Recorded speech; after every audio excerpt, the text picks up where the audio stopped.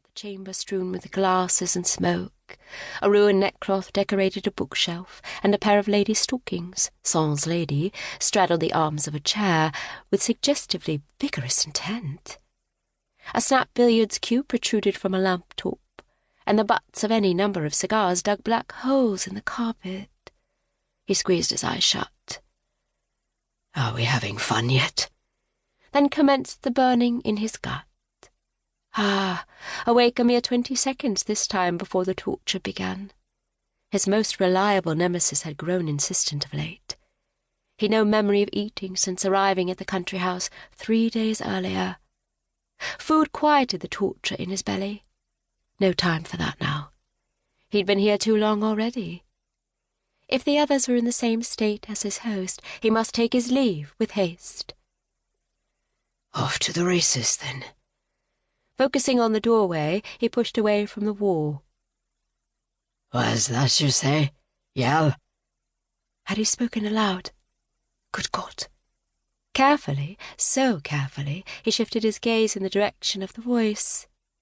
He never hurried. Hurrying led to mistakes.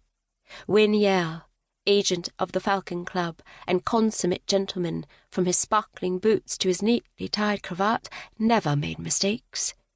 He never fell, never tripped, never revealed a thing, not even when he could not make the sounds to pronounce his own name.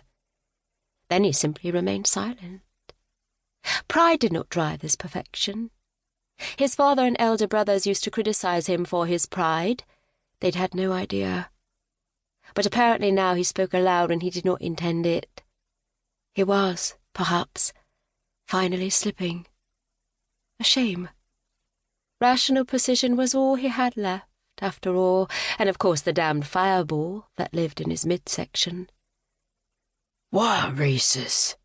The other guest sprawled on the divan, this one without a woman at present, perhaps due to his waistcoat soaked in wine. Rule number 3. Ladies expected a gentleman to maintain his accoutrements, even demi-reps. Wynne's great aunt had insisted on that. "Who's racing?" The slovenly gentleman slurred. "I'll lay 10 guineas on you over any of 'em. Clever son of a... No race." With deliberate steps, Wynne moved to the sideboard and sloshed wine into a glass. Blinking hard to steady himself, he pivoted, carried the glass over, and curled the fellow's hand around it. Warm, human sinew and flesh. Strange that he should notice this, but it had been an age since he'd felt another human skin, touched another person. "Merely seeing to my horse." The sot quaffed, dribbling wine from the corner of his mouth. "He's a pretty goer. Sell him?" "No." Wynne had one loyal companion in addition to the burn in his gut, the sleek black thoroughbred in the stable that deserved a great deal better than him. The man waved his hand, brushing away the refusal in that happy haze of alcohol saturation that Wynne himself had not experienced in years. Not happiness, no. "It's just as well. Wife would skin me alive if I spent that sort of blunt."